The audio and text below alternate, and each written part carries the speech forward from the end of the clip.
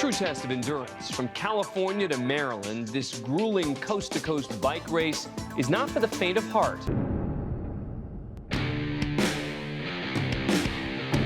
It's the world's toughest bicycle race.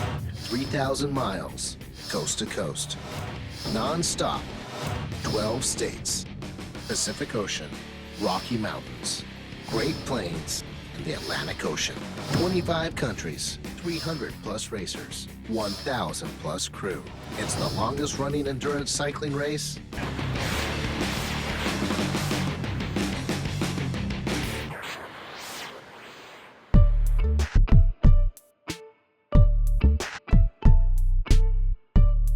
Alors c'est très simple, l'équation à poser est très facile, c'est 4835 km à faire en 12 jours et 21 heures.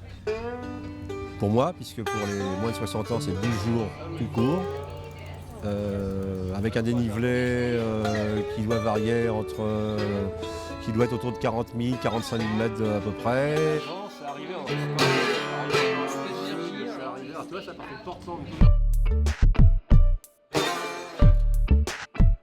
À dire que je suis totalement serein serait mentir. Je suis relativement calme.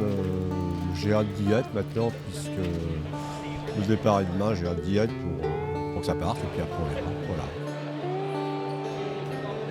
Voilà. On a eu le temps de récupérer du décalage horaire. L'endroit était quasiment idyllique. Donc je crois que aussi bien pour moi que pour l'équipe, c'était l'endroit parfait. On est à 2 km du départ, on n'a eu aucun stress au point de vue déplacement. Donc sur ce plan-là, tout est parfait.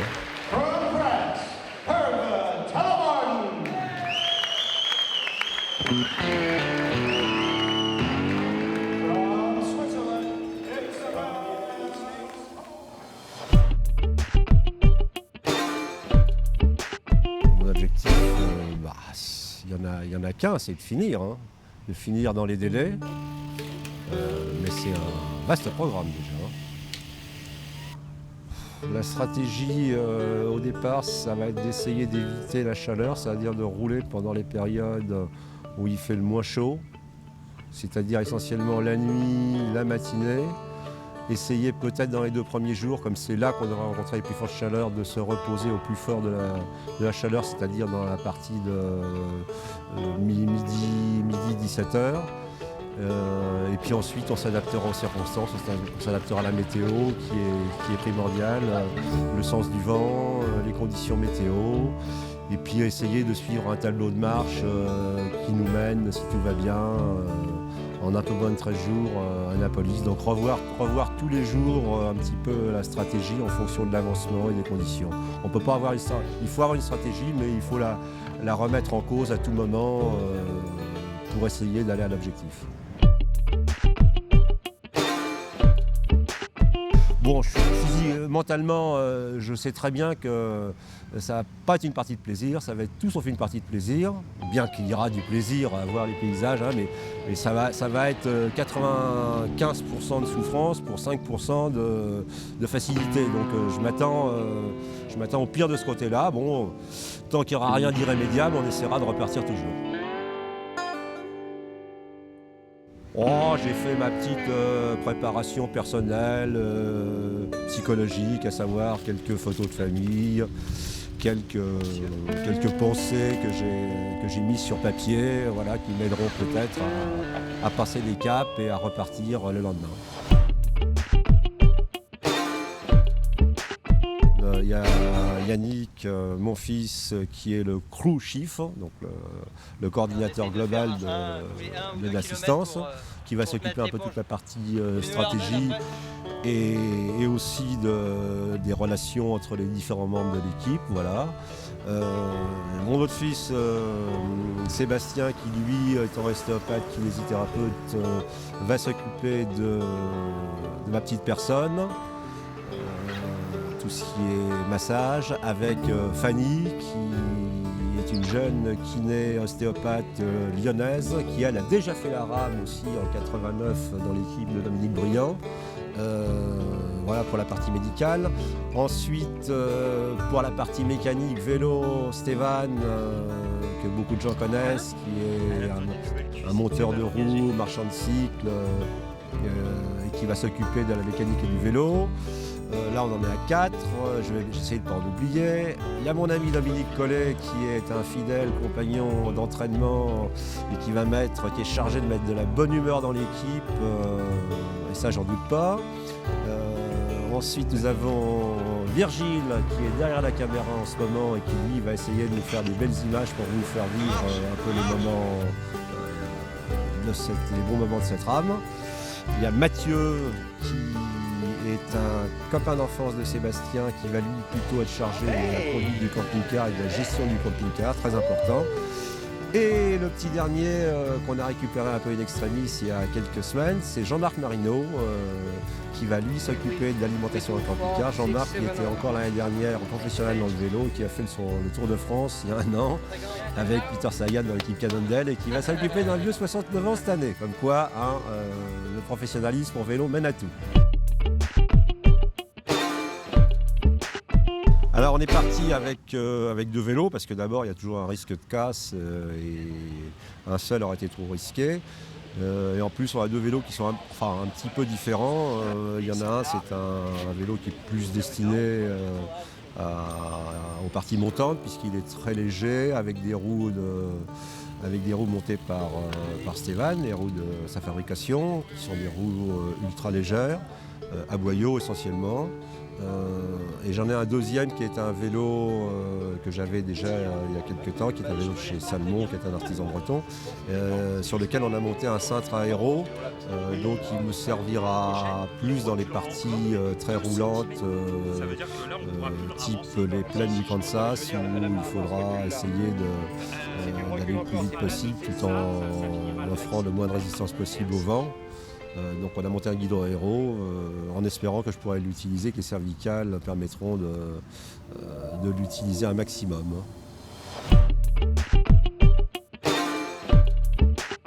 Est-ce que je m'imagine à la police un autre jour? Pas du tout. Pas du tout. Non, je me projette pas aussi loin. Je me projetterai demain au départ à 24 heures plus tard et je ne veux surtout pas me projeter plus loin.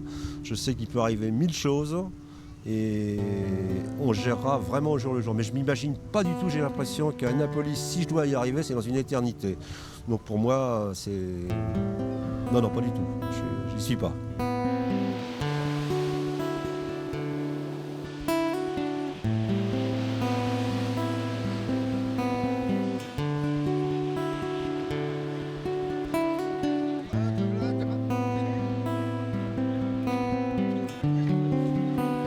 Moi, j'avoue que le premier jour, de mon côté, je sais pas trop où je mets les pieds, mais je suis quand même assez serein. Mon père est physiquement au top. Enfin, je pense qu'il ne pouvait pas être mieux que ce qu'il était. La rame, c'est l'épreuve au monde la plus difficile en vélo, je pense, la course la plus difficile. 4850 km de la côte Pacifique à la côte Atlantique des États-Unis, avec un dénivelé pas possible. Mais bon, moi je visais de le finir dans les délais, ce qui était déjà un challenge absolument, un Everest pour moi. Hervé, avant le départ, on avait la chance qu'il soit serein, confiant et qu'il arrive avec un état de santé à 100%, sachant que cette course allait lui demander 150. C'était hyper important pour l'ensemble de l'équipe et particulièrement pour Yannick et moi d'avoir Hervé dans toutes ses capacités physiques. Enfin, moi j'étais assez serein, même s'il y avait une petite part d'appréhension, une petite boule de nervosité. Mais moi de mon côté j'étais assez serein. Mon père lui était un peu plus renfermé dans sa bulle, mais rien d'anormal. Là, sur la rame, on retrouve les meilleurs au monde dans le domaine de l'ultra-distance, c'est-à-dire bon, alors ce sont des garçons qui sont jeunes, qui sont hyper doués et qui sont quasiment des professionnels de la chose. Strasser, qui a le record de l'épreuve en 7 jours et 16 heures, je crois, est un garçon qui m'impressionne plus que le Contador sur le Tour de France, dans un domaine totalement différent. racer number 527, Herb Talamardo. Start and finish lines in the country. 5, 4, 3, 2, 1. Good luck.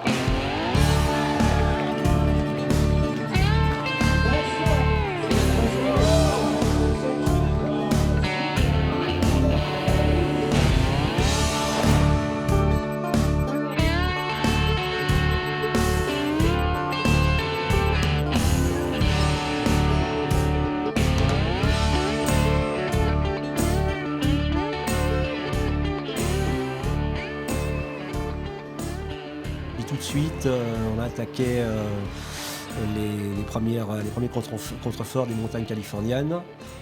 Et là, tout de suite dans le dur, tout de suite la chaleur qui grimpait. On est passé d'une vingtaine de degrés à 35-40 en l'espace de 60-70 km.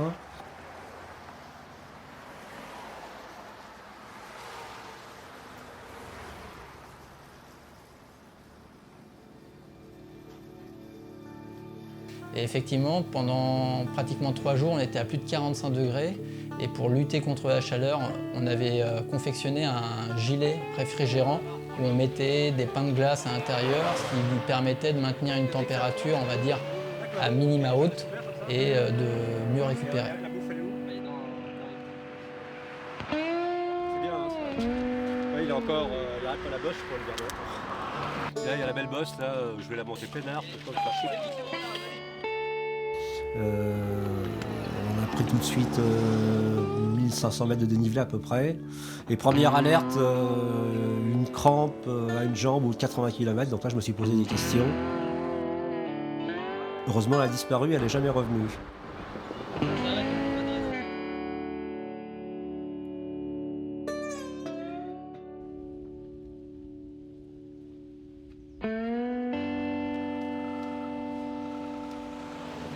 Il a fallu gérer tout de suite, être assez proche de lui, le ravitailler, lui donner des éponges, le rafraîchir, pour tout de suite ne pas tomber dans une déshydratation assez rapide qu'on pouvait connaître, que d'autres ont connu.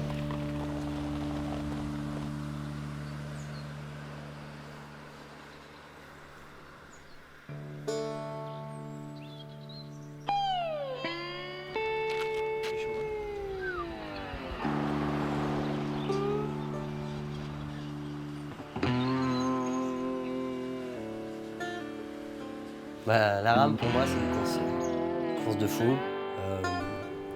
Une course de fou qu'on doit maîtriser, avec une bonne assistance.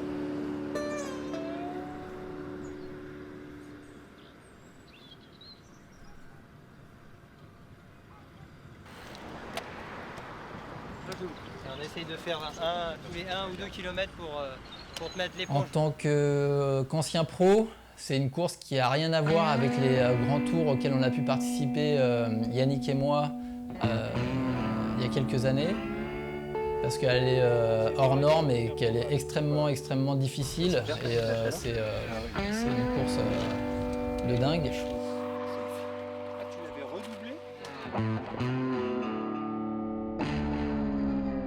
Et ensuite, on a plongé au bout de 150 km sur Borrego Springs, c'est-à-dire sur le désert de l'Arizona.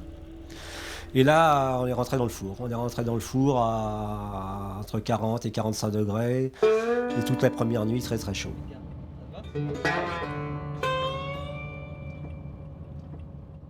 Oh là là, cette vue. C'est pour ça que...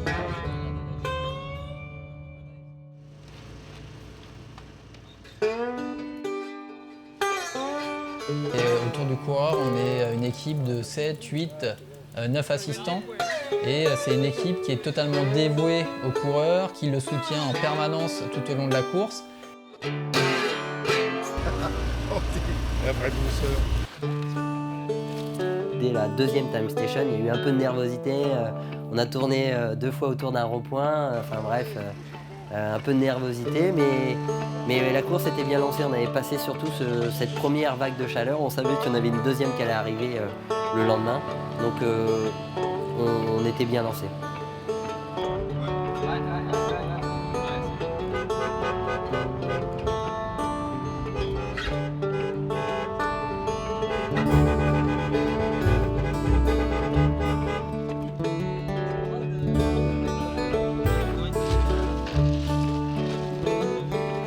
chaque TS, j'avais Sébastien et puis Fanny qui s'occupaient de mes jambes, de mes pieds, de mes fesses, de mon cou et qui me maintenaient à flot. Donc ça n'empirait pas, mais il fallait à chaque fois faire le point et physiquement voir où c'en était. Ça pouvait basculer à tout moment, vers des problèmes plus sérieux.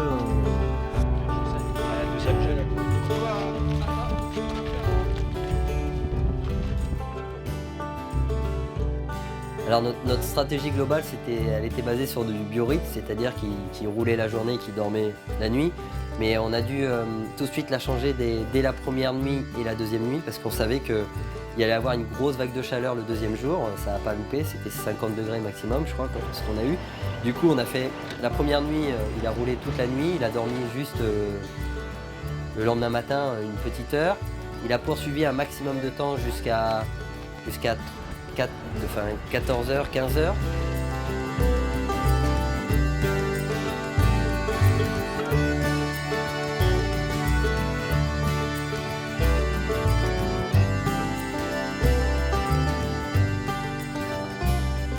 Et à partir de là, on a arrêté, il faisait vraiment très chaud.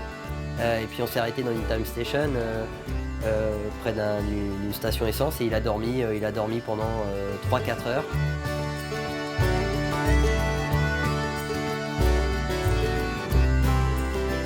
Et après, on est reparti en fin d'après-midi où il faisait un peu plus frais, entre guillemets, il faisait 40 degrés. Et il a refait la deuxième nuit jusqu'à 3-4 heures du matin où il a redormi 1 heure, 2 heures. Et à partir de là, on a réinstauré ce biorhythme jusqu'au bout, on a pu le garder. Mais c'est vrai qu'au début, on a changé un peu notre tactique, qui a été bonne.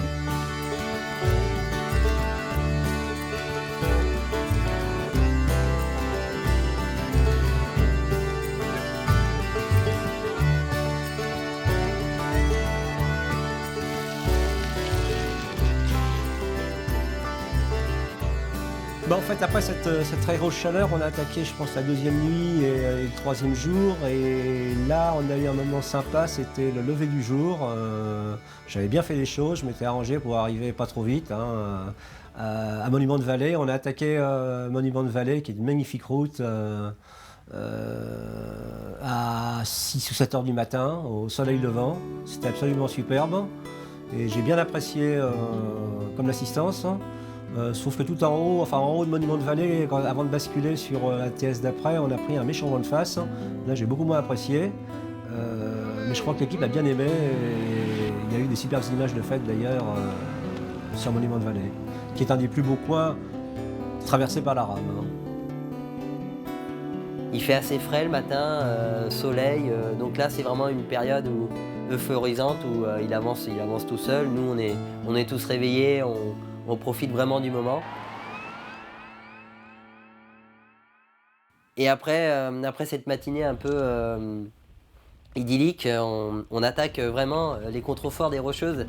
Et je pense que c'est la partie qui a été la plus dure pour lui, pas les Rocheuses en elles-mêmes, parce qu'une fois qu'il y était, il avait, je pense, tellement envie d'y être que c'était presque, pas presque facile, mais il se faisait plaisir à ce moment-là. Mais pour y aller, toute cette partie où on a passé l'Utah, où on a passé le début, où on est rentré dans le Colorado, c'était des petites routes faux plats qui montaient toute la journée. Et on a même eu un moment où on a eu 7 km de gravier. Et ça, le gravier, je crois qu'il ne pouvait pas le supporter. Et on repartait pour des étapes relativement sympas, bien dures, dans les Rocheuses après. Donc le moral, là, après avoir eu un gros coup de baisse, était remonté d'un cran. C'est vrai que là, c'est une partie où il nous surprend, moi le premier, puis toute l'équipe aussi, à vraiment... il y a eu quelques moments difficiles avant d'arriver dans les Rocheuses. Et je pense que ça file la patate à tout le monde est content, tout le monde sent que on avance, quoi. On est dans le game, comme ils disent les Américains.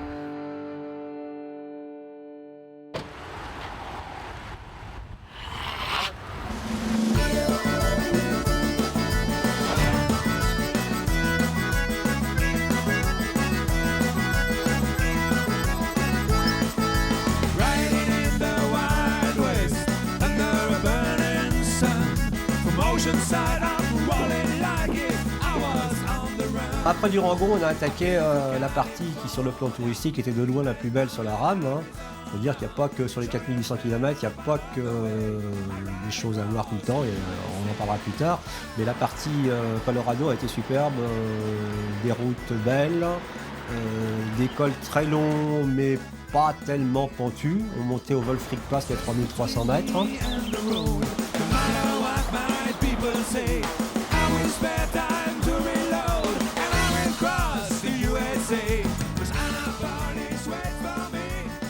Il faisait très beau, c'était relativement long, la chaleur était à peu près supportable, on a dû retomber aux alentours de 40 degrés, un peu moins à 3300 mètres.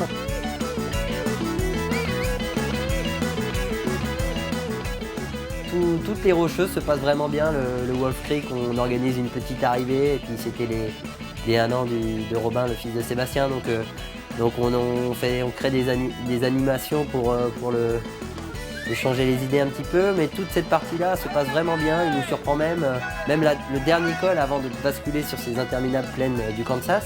Il arrive même à rattraper, il y a un coureur qui le double, mais il arrive à rester avec lui et il nous épate vraiment à ce moment-là parce que ça passe vraiment bien. Bien, et la descente de l'autre côté du Wolf Creek Pass était très belle, des routes superbes, des paysages magnifiques. Donc là, à nouveau, ça allait relativement bien, en dans les temps, tout allait bien.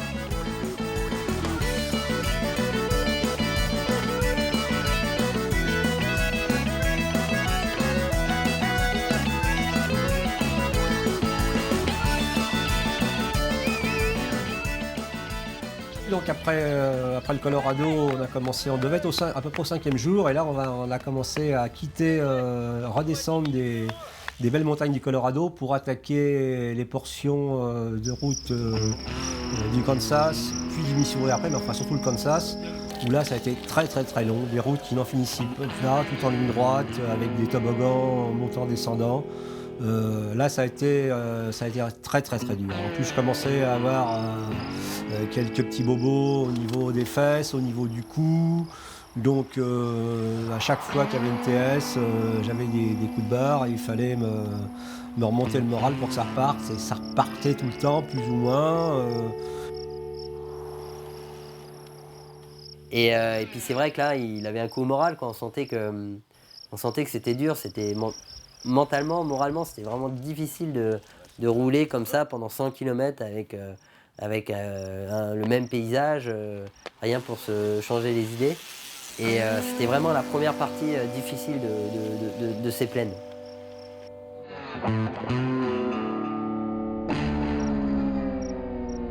Mais il y a eu des gros moments de doute à ce moment-là au niveau du Kansas et de ces routes qui n'en finissent pas. Des lignes droites de 100-150 km dont on ne voit pas le bout, sur des bandes d'arrêt d'urgence pourries, avec des camions qui vous doublent à 100 km/h alors que vous êtes collé au bitume à 12 km/h dans les Hautes-Côtes.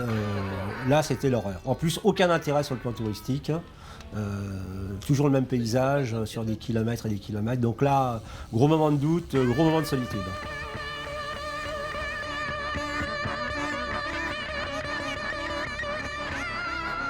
C'est juste après la time station. À mi-parcours, on a eu ce qu'on pensait avoir, c'est-à-dire un gros choc psychologique où il se sentait plus capable de continuer. Il s'est réveillé un matin en pleurs et à bout de force. Ce qui a vraiment permis de le relancer dans la course, c'est tous les apports d'amis qui avaient écrit des lettres et qu'on lui a sorti à ce moment-là pour qu'il prenne conscience qu'il n'était pas tout seul dans cette épreuve, qu'on était une bonne dizaine d'amis qui comptions sur lui. Donc il était plutôt en retard, il a fallu un jour où au lieu de faire 350, il a fallu faire 400 pour rattraper ce retard, un peu plus tard Mais on arrive au 2e cut-off avec toutes ces plaines derrière nous et toujours avec cette même avance de 6 heures d'avance sur le cut-off, quoi, sur le délai. Hey, j'ai une idée. Si on se faisait la TS d'après. Bon, j'avais obtenu tous les feux verts médicaux, mais je savais que ça serait très très dur. Et je pense que tout le monde doutait un peu de ma capacité à le faire, moi le premier. Donc voilà, mais la rame c'est ça, c'est une épreuve de fou. Si vous êtes fou, allez-y. Lever à 3 h du matin, regardez dans l'état qu'on est. m'a aidé. On dit toujours là, ce type d'épreuve, c'est un tiers de préparation, un tiers de physique, un tiers de mental et un tiers d'assistance. Et ça s'est vérifié, il fallait que les trois soient en adéquation pour avoir une chance d'arriver au bout.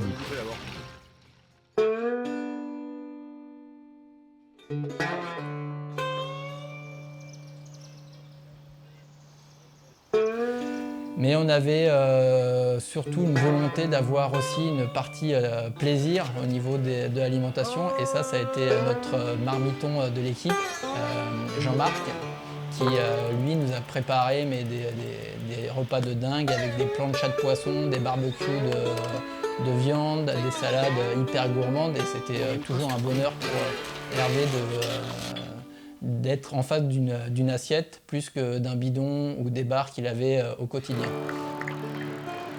À chaque fois qu'il arrivait le soir au One Time Station, on était tous sortis, on applaudissait, on était tous contents. On avait l'impression d'avoir passé une étape. Il nous en restait peut-être encore 20 Time Station, mais on était contents, on avançait.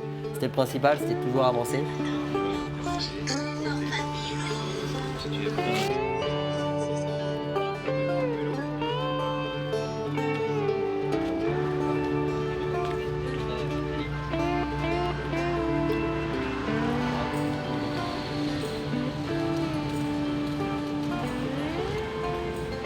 Mon visage va ressembler un peu à mes pieds en ce moment.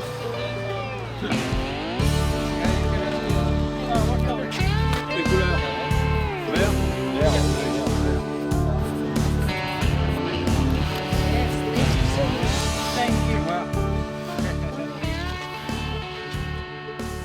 Tout au long de la course, on a eu les bobos auxquels on s'était préparé, qui sont les plaies au niveau des fesses, qui sont les points douloureux au niveau des pieds, qui sont les contractures musculaires qui s'accumulent de jour en jour. Donc ça, on les a traités au quotidien. Tu vas bien?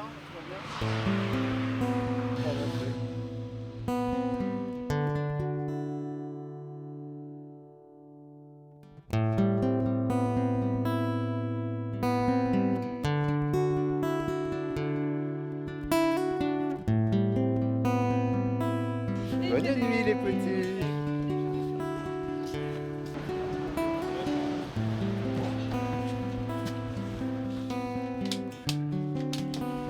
Bonne nuit, Hervé. La tienne, Virgile. Hervé, Talabardo. Talabardo. That's right. We saw you in the grocery store. Yes, you were getting.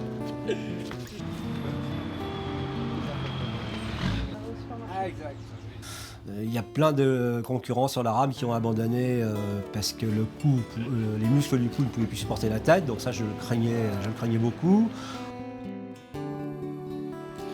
Il a rasé la nuque derrière, puis il lui a mis des petits straps qui lui permettaient de conserver sa tête en l'air. Donc tout ça je le redoutais et à chaque fois il me soignait de façon à ce que tous ces bobos qui n'étaient pas majeurs mais qui étaient très préoccupants n'empirent pas. Donc c'était une lutte de tous les moments, de toutes les TS pour endiguer ces problèmes de santé qui pouvaient s'aggraver au fil du temps.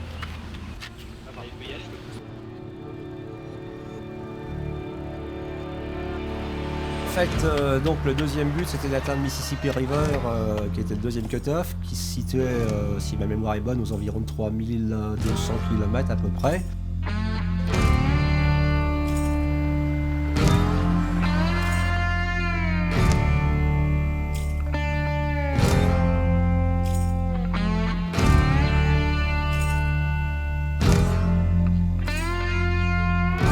Donc là, ça a été vraiment dur. En plus, c'était les fameux rollers endless, c'est-à-dire des autoroutes interminables,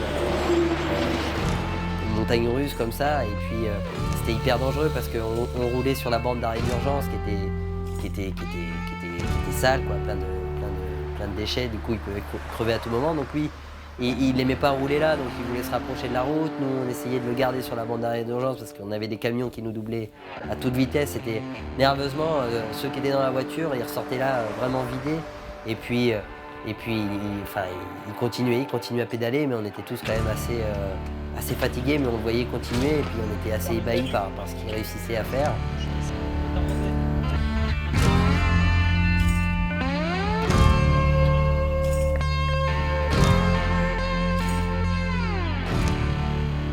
Et en fait, les conditions physiques de l'ensemble de l'équipe, elles sont équivalentes à celles du coureur, pratiquement, dans le sens où on dort pas plus que les 3 heures que fait le coureur sur des bases de 24 heures.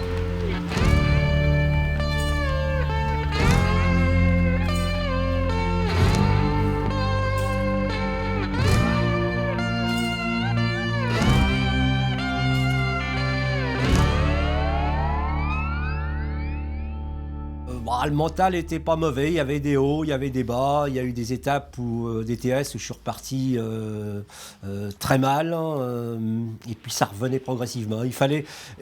C'était en fait un cap où c'était plus les jambes qui commandaient, c'était vraiment la tête. C'est la tête qui fait la différence, et là il fallait continuer à avancer tant qu'il n'y avait pas de problème majeur.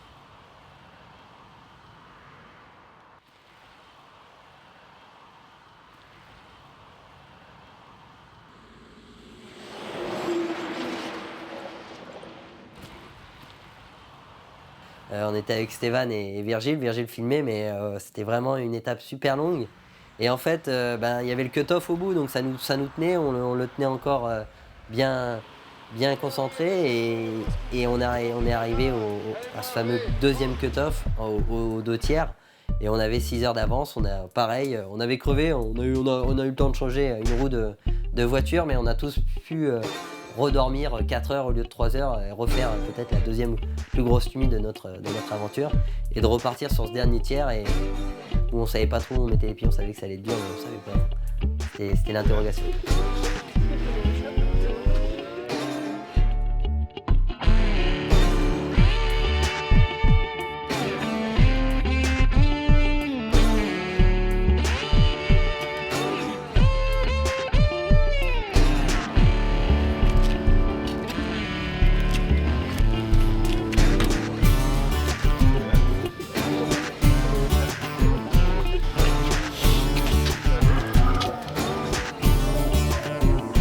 Faster than a bullet, I'm not stronger than a train. Ain't got nothing in my pocket, you would search in vain. I won't take out my wallet to preserve me from pain. I don't ride with a ticket. On est reparti après Mississippi River, donc on est parti sur le dernier tiers, qui n'a pas été le plus facile. D'abord, il y a eu des changements d'itinéraire multiples et variés en fonction des conditions météo. En fait, il y avait eu des grosses inondations au niveau du Mississippi et de ses affluents. Et donc, les organisateurs envoyaient des SMS en permanence pour modifier le parcours. Donc, Yannick a géré ça comme un dieu. Il n'y a pas eu de problème. À chaque fois, il refaisait la route. Et puis très souvent, il y a des alertes météo. Alors là, dans ce coin-là, c'était alerte aux tornades, fallait être vigilant, fallait écouter la radio. Heureusement qu'on a un bon météorologue. Parce que j'attends le message du headquarter en me disant vous êtes responsable de votre rider et vous faites ce que vous voulez, mais il y a des éclairs qui sont annoncés, quoi. Donc après ces grandes autoroutes, là, les fameux rollers endless, c'était les contreforts un peu des Appalaches, mais on rentre vraiment dans les Appalaches. Les Appalaches, c'est des montées de entre 5 et 7-8 km très raides, plus raides qu'on ait vu. Donc au bout de 4000 km, c'est sympa. Je pars pour l'étape Rennes, en voiture, l'étape des Appalaches. Pour aujourd'hui, on a mis des jambes de grimpeur à Hervé. On va voir si ça fonctionne et si elles sont pas périmées déjà. Et en plus, on a ce froid, ça ressemble un peu au Jura, et on a le même froid, la même pluie un peu automnale qui nous tombe dessus, qu'on a. Et c'est vrai que là, c'est très dur, là. C'est vraiment très dur pour mon père, pour son organisme.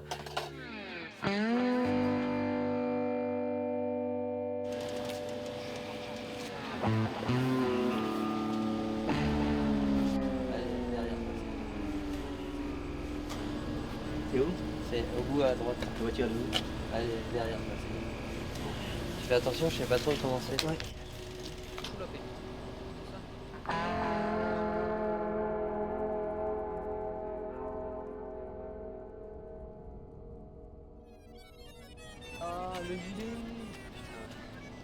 Là, j'étais pas bien du tout, mais bon, c'est passé et on est arrivé à peu près à à peine 2 jours de la fin, avant d'attaquer les 3-4 TS vraiment hyper durs.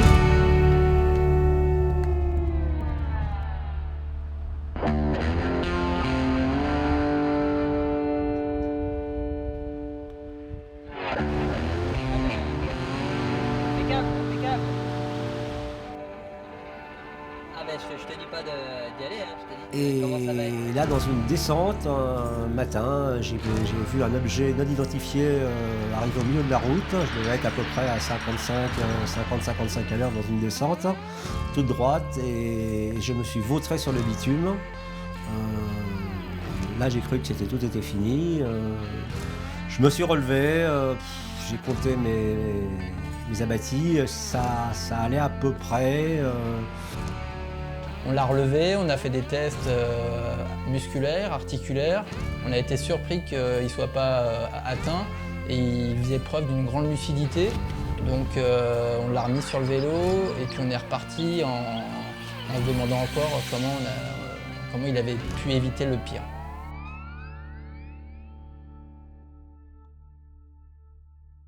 Voilà, c'est le virage en épingle à droite.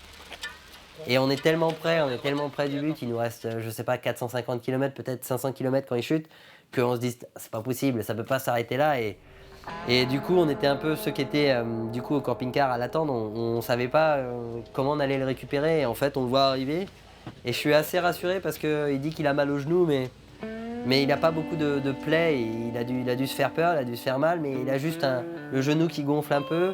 Et en fait, ce que je craignais, c'était plutôt pour ses cols du fémur où il les a cassés déjà 2 fois, donc j'avais peur qu'il se casse quelque chose. Il a une petite plaie au coude, mais c'est rien de grave. Du coup, on sait que ça va repartir. On ne sait pas comment, on ne sait pas combien de temps ça va nous prendre, mais ça va repartir.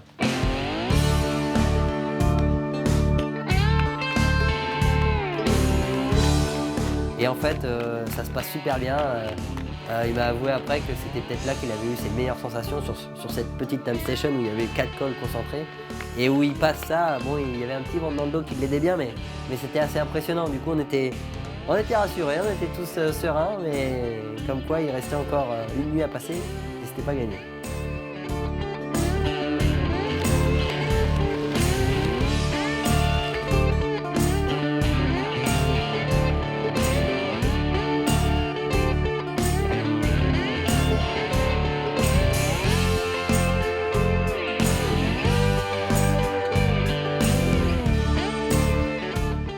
On sort des Appalaches, je pense que là, toute l'équipe, c'est vrai qu'on est pas mal à se dire, bah, c'est bon, on va au bout. Je sais que Dom, il n'arrêtait pas de nous dire, c'est bon, c'est gagné Yannick, c'est gagné. Et inconsciemment, je pense qu'on se dit tous que ça y est, on est sorti des Appalaches, il nous reste une nuit à faire, ça va le faire.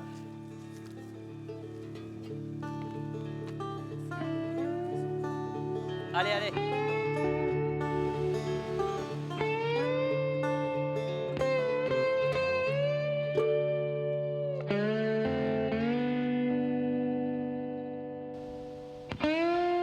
Je sais qu'il reste en gros une journée, donc il reste une soirée, une nuit et toute la matinée derrière. Et là, gros coup de fatigue, gros doute.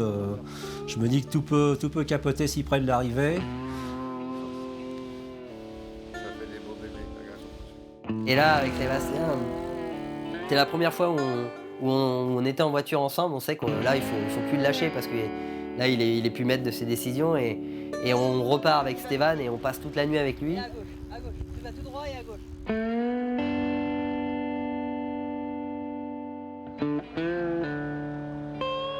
Et effectivement, la dernière nuit a été vraiment très longue, très longue. On n'avance plus très vite, on se dit que ça va être limite. Enfin, dans la tête, ça trotte, les jambes veulent plus trop, le mental veut plus trop non plus. Mais on avance, on passe cette nuit comme on peut. Il restait peut-être 220 km. 220 km, c'est rien, mais au final, 220 km, si tu plus les jambes, ça sera toujours trop. Et il est reparti petit à petit, et c'est pas reparti très vite. Et ça a été long, même encore la matinée là, où il a commencé à faire soleil. On a eu beau temps pour terminer, c'était vraiment sympa. Mais toute cette approche jusqu'à Annapolis, ça a été long. Même lui, il n'arrêtait pas de gueuler encore à l'oreillette. Et nerveusement, on était encore sur des grandes routes, c'était épuisant. On a été, je pense, je sais pas si on était aussi épuisés que lui, mais on était tous heureux d'arriver à Annapolis, de voir Annapolis au loin.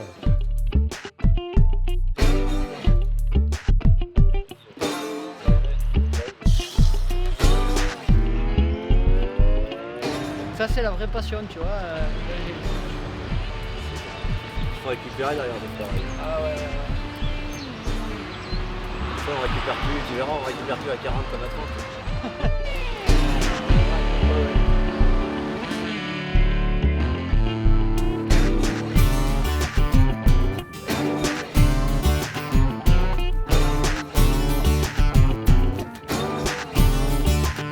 I'm not faster than a bullet.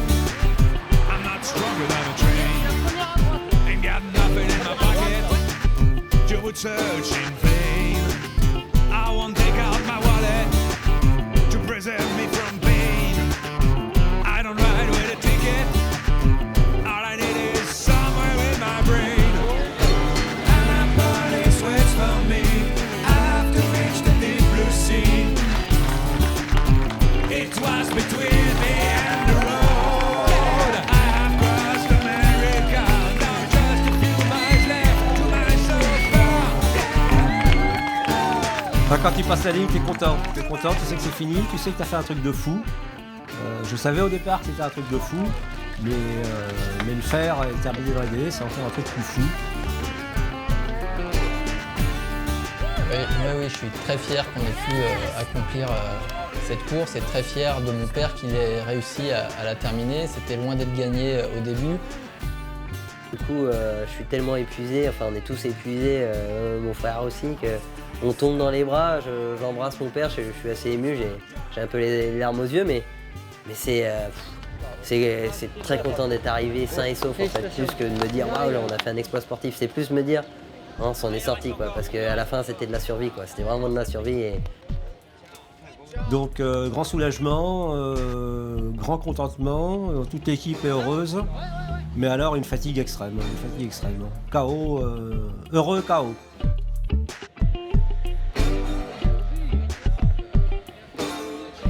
C'est un aboutissement d'un rêve d'un père qui, voilà, depuis des années, il rêve de cette course. Donc, c'était important pour nous de pouvoir l'accompagner et d'essayer de pouvoir l'aider à réaliser ce rêve. Joy and pain are on my way. What I prefer is hard to say.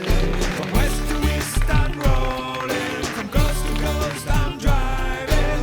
I am pleased the price to pay for what was just a dream away. From west to east I'm rolling. From coast to coast I'm driving. Annapolis welcomes me, 'cause I have reached the deep blue sea. It was between me and the road. Et puis moi j'ai la chance d'avoir connu le vélo, parce que dans mon assistance, figurez-vous qu'il y a 3 personnes ici qui ont fait le Tour de France, le Tour d'Italie, le Tour d'Espagne. C'est mes 2 fils, Sébastien qui est là, Yannick qui est là-bas, et Jean-Marc Marino, qui l'année dernière encore, Jean-Marc Marino était dans l'équipe de Peter Sagan sur le Tour de France. So crazy. Thank you guys for joining us. Really appreciate it.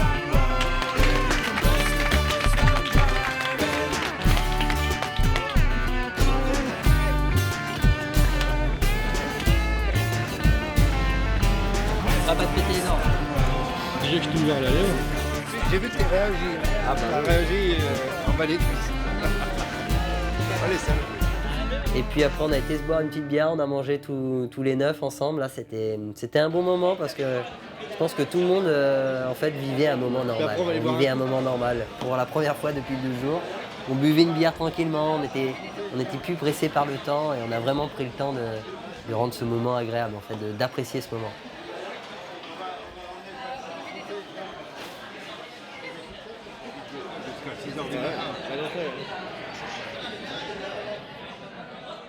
« 12 jours, 19 heures et 32 minutes. De bonheur, mais aussi de souffrance. »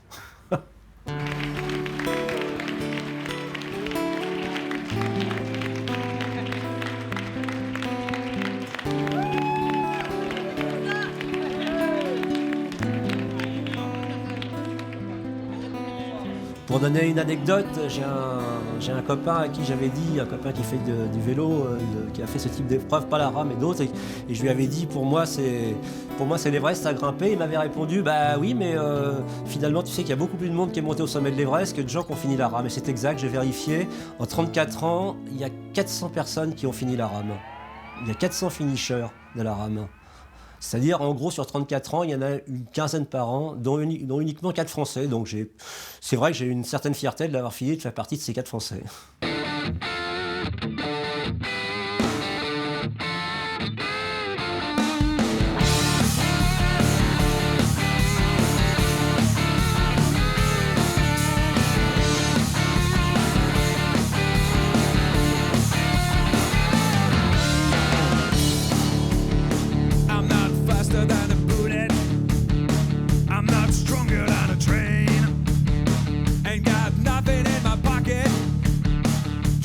Donc après la rame, ça a été des périodes très difficiles pour Hervé. Il a traversé un syndrome dépressif comme peuvent le connaître beaucoup de sportifs dans des événements aussi éprouvants. Ah, mon état de forme, alors là j'ai eu beaucoup de mal à récupérer, je suis revenu très fatigué physiquement, mentalement une espèce de déprime de passer d'un événement